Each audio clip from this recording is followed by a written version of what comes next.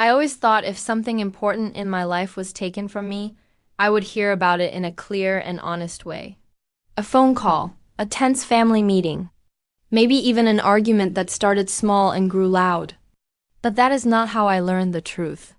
I learned it in silence in the middle of my childhood home, with my bag still on my shoulder and dust still on my boots, staring at an empty space that felt louder than any shouting ever could. I found. Outstanding in the living room, looking at a glass display case that had been part of the house for as long as I could remember. It stood against the far wall, in the same spot it had always been, like a quiet guard watching over the room. Only now it was hollow, clean, too clean.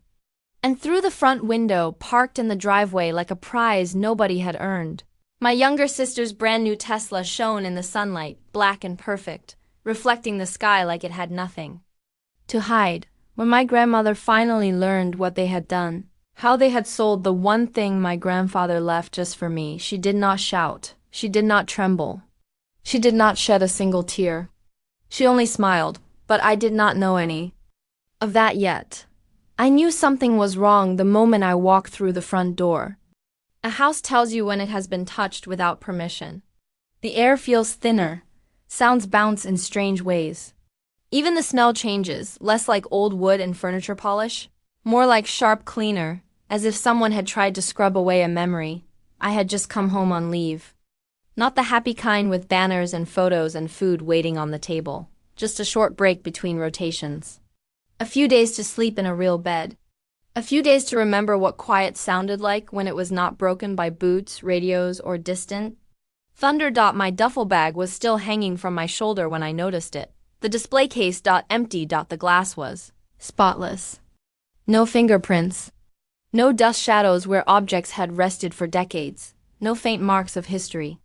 Just blank space. My chest tightened fast and hard, the way it does right before something terrible happens. The same tightness I had felt once overseas. Seconds before an explosion rewrote the sound of my own breathing forever. I stepped closer. The medals were gone. Each one my grandfather had mounted carefully, labeled in his steady handwriting. The ceremonial dagger was gone, the one he received when he became a general.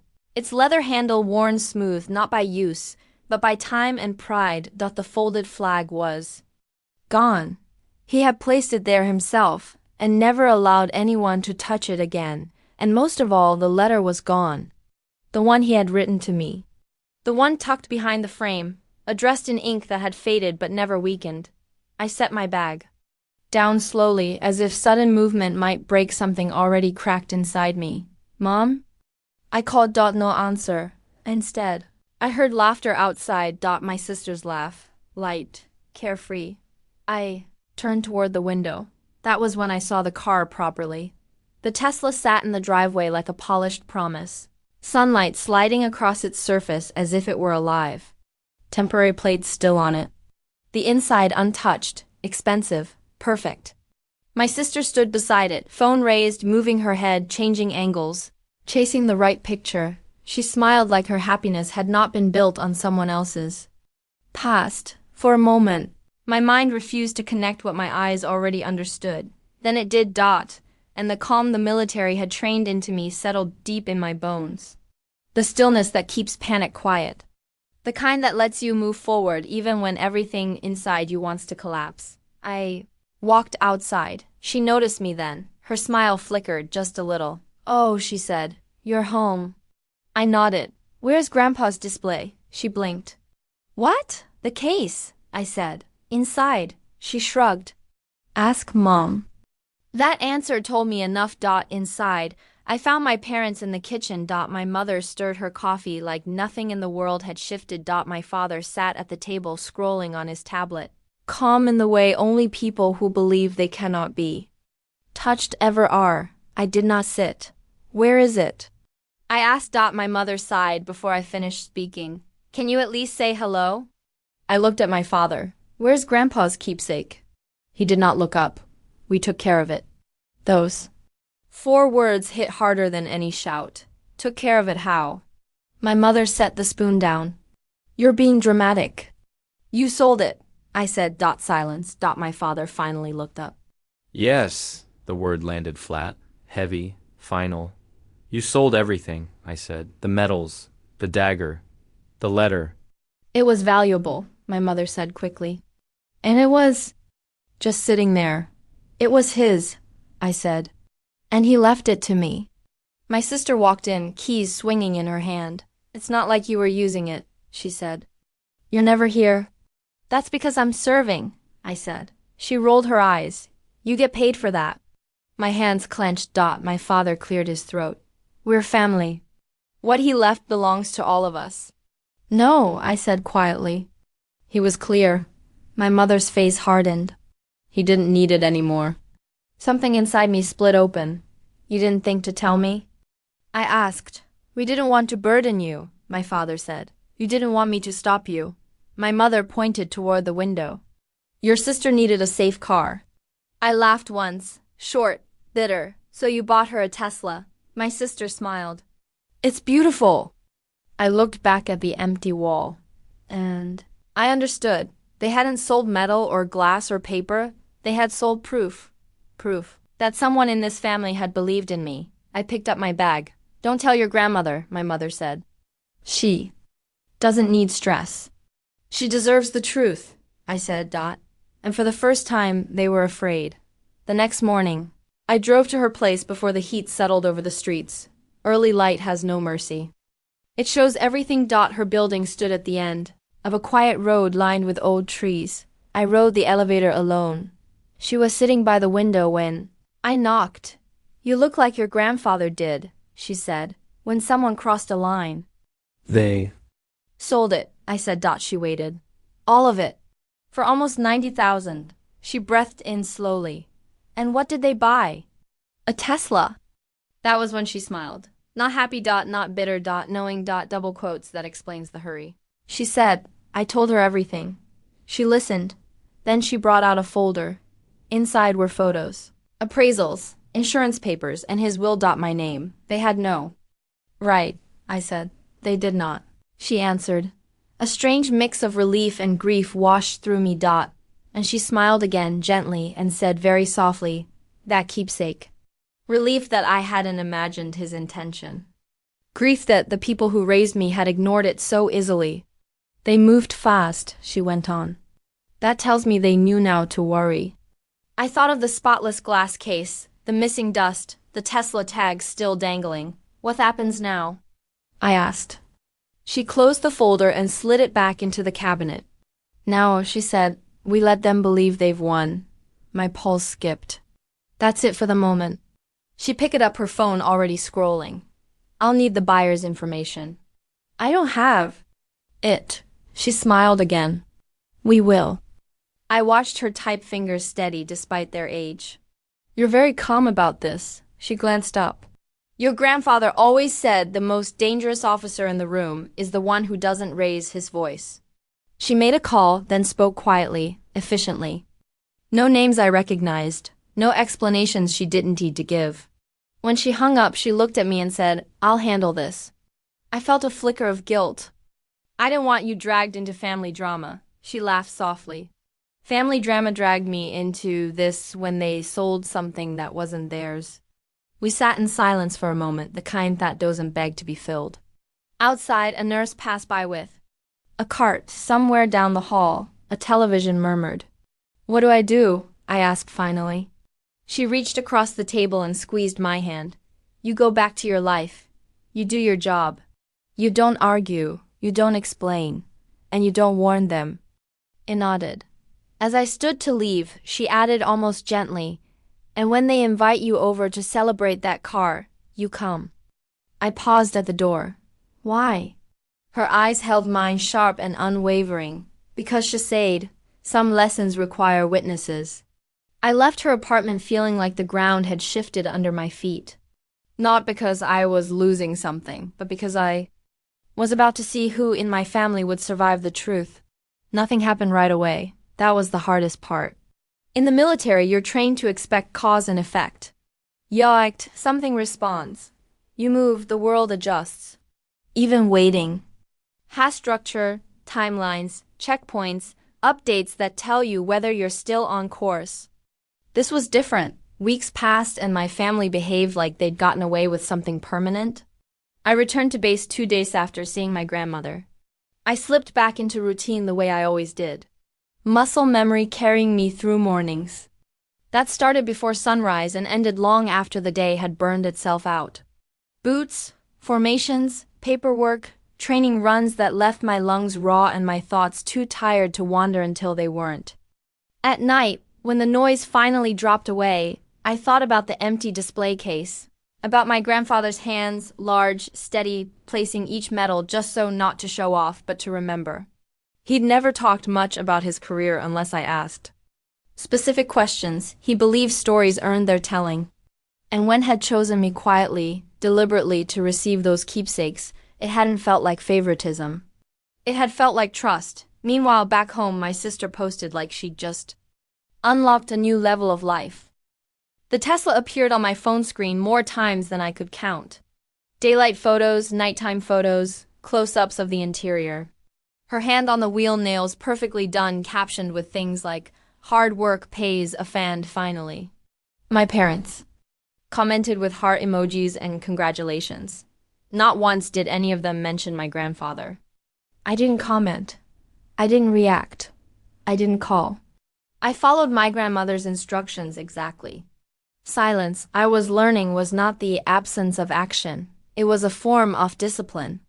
About 4 weeks in, my mother called. I let it ring. She texted instead.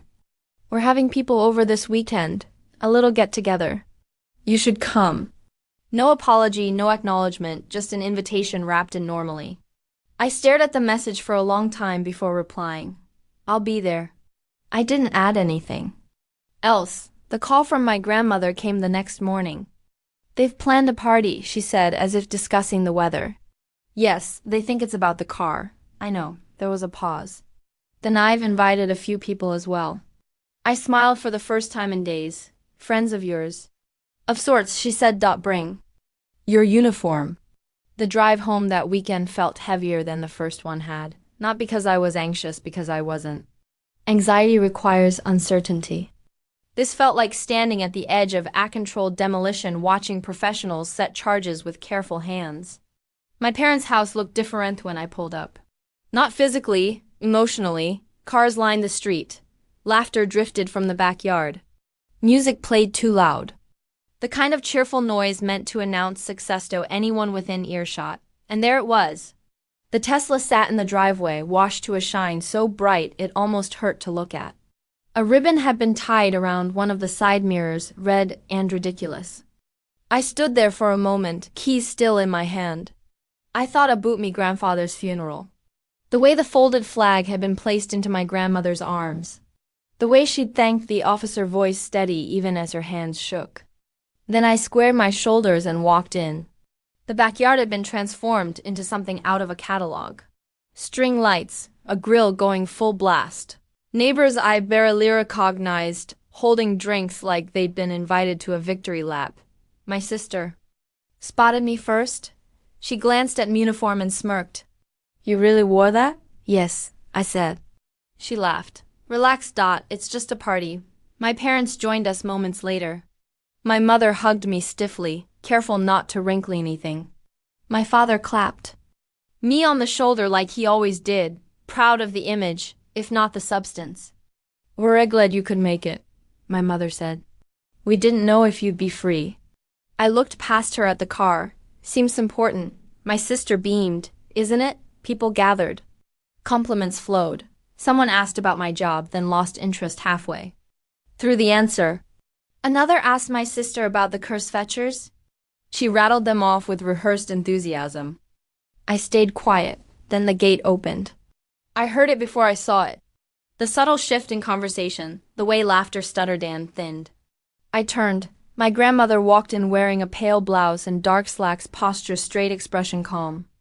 Beside her was a man in a tailored suit carrying a slim leather folder. Behind them came another woman I recognized vaguely from old photographs, a family friend from my grandfather's career days. My mother's face drained of color. "Mom," she said quickly, stepping forward. "You should have told us you were coming." My grandmother smiled pleasantly. I was invited. She looked at me then, and something unspoken passed between us. A quiet acknowledgement. My father cleared his throat. What's this about? My grandmother gestured around the yard. A celebration apparently. The man beside her stepped forward slightly but didn't speak. People shifted uncomfortably. Drinks lowered. Conversation stalled mid-sentence. My sister frowned. Grandma, this isn't the time. Oh, my grandmother said gently, it's exactly the time. She turned to the man with folder and nodded. And just like that, the party stopped being a party. No one announced that the party was over. It just stopped breathing. The music kept playing for a few seconds too long, cheerful and misplaced, until someone finally reached for the speaker and turned it down. Conversations dissolved into fragments. A laugh escaped somewhere near the grill and died immediately like it had embarrassed itself. My grandmother didn't raise her voice. She didn't demand attention. She simply stood there, hands folded loosely in front of her, and waited. People gave it to her. My mother recovered first ordery too. She smiled too widely and stepped closer, placing herself between my grandmother and the small crowd as if she could physically block whatever was coming. Mom, she said, her tone tight. Let's go inside, it's noisy out here. My grandmother tilted her head. I won't be long. My father glanced around, suddenly aware of the audience. This isn't appropriate. That's an interesting word, my grandmother replied. Considering the circumstances. My sister crossed her arms. Grandma, you're making this awkward. My grandmother looked at her for the first time. Really looked at her. Not unkindly, not warmly either, just clearly. Awkward? She repeated. Is that what you think this is? The man beside her, her lawyer, opened the folder. The sound of paper sliding free was quiet, but it carried. It always does when people know what documents mean. I won't read everything aloud, my grandmother said, turning slightly, so her voice carried without shouting. But I will say this much. She paused just long enough for my parents to feel it. The military keepsake your father left behind was not a family heirloom in the way you've chosen to believe. My mother's lips parted. Mom, it was a specific bequest. My grandmother continued. Documented, appraised, insured, and placed into a trust with own clear beneficiary. She turned her head and looked directly at me, my granddaughter. I felt the attention shift instantly. Not sympathy, recognition. My father shook his head. That's not how we understood it. My grandmother smiled faintly. Understanding is not the same as ownership. The lawyer stepped forward, then his voice even and practiced. The items were sold without legal authority. The buyer has been notified that the sale is under dispute. My sister laughed nervously. This is insane, is it? My grandmother asked. My mother's hands trembled. We didn't know about any trust. That, my grandmother said calmly, was intentional. The words settled like dust. You planned this? My father asked, disbelief creeping in. I prepared. My grandmother corrected. Your father taught me to. She gestured toward the driveway, toward the Tesla. The funds from that sale were used to purchase a vehicle, she said, which means the vehicle is now part of the dispute. My sister's face went white. You can't take my car. My grandmother's gaze sharpened. It was never yours. The lawyer extended a single document toward my parents. Notice of intent, he said. You'll be receiving formal paperwork within the week. My father didn't take it. My mother did, and then dropped. It burned. This is cruel, she whispered. No, my grandmother said softly. This is consequence. I felt something steady settle into my spine then. Not triumph, not revenge. Alignment. I stepped forward, finally speaking loud enough for the group to hear. My grandfather didn't leave me that keepsake because I'm special, I said. He left it to me because he trusted me to protect what it stood for, my sister scoffed. You're never even here. I'm serving, I replied. And I didn't think that meant I had to guard my inheritance from my own family. Silence, somewhere behind us. A neighbor cleared his throat. Another glance at their watch. People were already planning exits. My grandmother turned it back to my parents. You sold something you did not own, she said. You benefited from it, and now you will undo that benefit. My father's voice cracked. You're choosing her over us. My grandmother didn't hesitate. I'm choosing what's right. That was when I realized something important. This wasn't about me versus them. It was about the moment my family lost the ability to pretend. My sister grabbed her keys from the table. This is unbelievable. She stormed toward the driveway, stopping short when she reached the Tesla like she expected it to reassure her. It didn't. My mother looked around at the guests. I think we should wrap this up. People nodded too quickly. Drinks were abandoned. Goodbyes mumbled. The party dissolved into embarrassed movement. As the yard emptied, my grandmother turned to me. It's emotion now, she said quietly. I nodded. Thank you. She squeezed my hand once. You didn't ask me to do this. No, I said. You chose to. She smiled. Exactly. Behind us, my parents stood frozen in the wreckage of their own choices. And for the first time in my life, I didn't feel responsible for fixing it. The consequences didn't arrive all at once. They crept in one by in the way reality does when it's done, waiting for denial to catch up. 2 days after the party, my mother called me for the first time since I'd left the house. Not a text, not a carefully worded message she could revise before sending a call. That alone told me she was scared. I let it ring 3 times before answering. We need to talk, she said. Skipping. Hello, I'm at work. I replied. Is someone hurt? A pause. No, then it can wait. Her breath caught. They're saying we have to pay it back. I leaned against the cool metal railing outside the building, the morning air sharp in me lungs. Who is they? The buyer, she said. And some attorney he hired. He's furious. He says the sale wasn't clean. I closed my eyes. Of course it wasn't.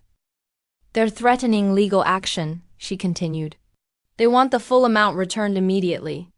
And I ask, and we don't have that kind of money just sitting around, she said, voice rising. We already spent it. I thought of the Tesla, of the ribbon, of my sister's smile. I'm sorry, I said, and meant it in the way you mean it. When something of idol finally arrives, that sounds difficult. There was a sharp intake of breath. How can you say that? Because if this isn't happening to you, I replied evenly. It's happening because of you. She went quiet. They're talking a booth car, she said after a moment. Something about asset tracing. Yes, I said. That's how it works. She lowered her voice. Can you talk to your grandmother? I laughed softly. You should. She won't answer my calls, my mother whispered. I ended the conversation there. The next call came from my sister. She didn't bother pretending to be calm. This is your fault, she snapped the second I answered. You sicked her on us. I told truth, I said. That's all. They're saying the car might be taken, she said, panic bleeding through the anger. Do you know how humiliating that is? I pictured her parking it carefully, avoiding scratches. The way she'd circled it during the party like a prize animal. Yes, I said I do. You're enjoying this, she accused. No, I said quietly. I'm watching you learn. She hung up on me. 3 days later, the keepsake came home. It arrived in a reinforced case delivered by a courier who treated it like something fragile and irreplaceable, which it was. My grandmother insisted we open it together. She laid everything out on her dining table with the same care my grandfather once had. The metals caught the light first, then the dagger, its edge still pristine, and finally the letter. My hands shook when he unfolded it. If you're reading this, it began. It means you didn't flinch when it mattered. I swallowed hard. He'd written about service, about integrity, about how family isn't defined by blood alone, but by who respects what you've earned. My grandmother watched me quietly. When I finished, she reached out and covered my hand with hers. Henyu, she said, even before the rest of them showed us. The legal fallout escalated quickly after that. The buyer wanted his money back. the funds. Had to come from somewhere. My parents scrambled accounts, emptied favors, called in pride shredded. When it still wasn't enough, the car became leverage. The Tesla disappeared from the driveway in gray morning. No ribbon, no photos, just an empty space where my sister's certainty used to be. My father came by my grandmother's place unannounced that afternoon. He looked smaller than he remembered, older, like a man whose authority had finally been questioned and found lacking. "You didn't have to let it go this far," he said. My grandmother met his gaze. "You didn't have to steal from your own child." His mouth tightened. "She's not a child." "No," she said. "She's a soldier, and you treated her legacy like sparrowcage." He looked at me then. "You could have stopped this." I shook my head. "I didn't start it." He left without another word. The house I'd grown up in didn't belong to my parents anymore. Not in the way they'd assumed. Titles and trusts have a way of clarifying that. Plans were revised, permissions revoked, futures adjusted. My sister moved out within a month. My parents followed soon after. When the dust finally settled, the silence felt different. Earned. It mounted my grandfather's keepsake in my own space. Not to display it, but to live with it. A reminder that what we inherit isn't always meant to be shared. Sometimes it's meant to be protected. And that sometimes the strongest response isn't confrontation. It's letting the truth finish what it started. Once the noise faded, what remained was paperwork. That's the part people never talk about when the imaging justice. They picture shouting dramatic exits, maybe a slammed door or two. They don't picture emails with subject lines like formal demand or envelopes marked certified mail. They don't picture dates, signatures, deadlines. But that's where everything becomes real. My grandmother handled it all with the same calm precision she'd brought to the party. She didn't gloat. She didn't lecture. She reviewed documents at her kitchen table every morning. Glasses low on her nosepen. Moving steadily like this was just another task on a long, sensible list. I watched her one afternoon as she organized a stack of papers into neat piles. One for the buyer, one for the bank, one for my parents. She slid the last pile into a folder and closed it with finality. "They're going to be very tired soon," she said. I understood what she meant a week later. My mother showed up at my door without warning. Not my grandmother's door, mine. I opened it and barely recognized her. Her hair was pulled back hastily. Her eyes were rimmed red, not from crying. My mother rarely cried, but from exhaustion, the kind that seeps in when your usual tools stop working. "I just need a minute," she said already, stepping inside. I didn't stop her. She sat on the edge of my couch like she wasn't sure she deserved the space, her hands twisted together in her lap. "We're losing the house," she said. The words hung there bare and unadorned. I waited. "They say the repayment has to be made in full," she continued. "The accounts we used, they were flagged. Everything's frozen until it's resolved." I nodded slowly. That's what happens when money changes hands illegally. She flinched. "We didn't know." "You didn't ask," I replied. Her voice broke, then just slightly. "Your sister is blaming us." I almost smiled. Almost. "And Dad?" I asked. She looked down. "He's angry at everyone, mostly himself, I think." There it was, the part of the story I'd been waiting for. Regret. Not for what they'd done to me, not for ignoring my grandfather's wishes, but for miscalculating the cost. "You could owe your grandmother to stop," my mother said quietly. "She'd listen to you." I met her gaze. No, she wouldn't. And even if she did, I wouldn't ask. Her shoulders sagged. "I raised you better than this," she said weakly. I stood. "You raised me to respect what doesn't belong to me." She left without saying goodbye. The next casualty was my sister's certainty. She called me late one night, her voice unsteady in a way I'd never heard before. "They're taking everything," she said. "Do you know what that feels like?" "Yes," I answered. "I do." She was quiet for a moment. "I didn't think it would end like this." "I didn't think it would begin like that," I said. The call ended with no resolution, just the sound of two people realizing they'd never be on the same side of this. A month later, the house was empty. The one I'd grown up in, the one my grandfather had lived in, the one my parents had treated like a guarantee. My grandmother walked through it one last time with me. She ran her fingers along the banister, paused in the doorway of the living room, glanced at the blank space where the display case had once stood. "Funny," she said softly. "They cleared out everything but the truth." We locked the door behind us. That evening, back at her place, she handed me another folder. I updated the trust, she said. It's all protected now. No one can touch it without your consent. I opened it, scanning the pages. My name appeared more than once. I didn't ask for this, I said. She smiled gently. Your grandfather didn't ask to be honored either. He earned it. I thought about the months I'd spent believing I needed to stay small to keep the peace. About how often I'd swallow danger because it felt easier than conflict. I thought about the empty display case. And then I thought of Booth. Quiet weight of the metals now resting safely in my home. Some families survive by pretending. Mine survived by being exposed. And in that exposure, something unexpected happened. I stopped apologizing for taking up space. The first night I slept in my own place with my grandfather's keepsake displayed properly. I didn't turn on a single light. I let the room stay dim, lit only by the street lamp outside and the faint glow of the city settling into itself. The metals rested inside a simple frame on the wall, no glass glare, no spotlight. The ceremonial dagger lay beneath them, secured quiet, and Thelator, his letter, was folded back into its place, not hidden, just respected. For the first time since he died, I felt like I'd brought him home. I stood there longer than I meant. To boots off uniform jacket draped over a chair. The silence wasn't empty. It was full in a way I hadn't known I needed. No raised voices, no guilt disguised as concern. No expectation that I make myself smaller so everyone else could feel bigger. Just stillness. My grandmother came by the next afternoon. She moved slowly, carefully, but her eyes were sharp as ever. She studied the wall, nodded once, and said he would approve. That was all. We sat at my small kitchen table with mugs of tea that went cold while we talked about nothing urgent. The weather, a neighbor's dog, a book she'd started and put down because it bored her.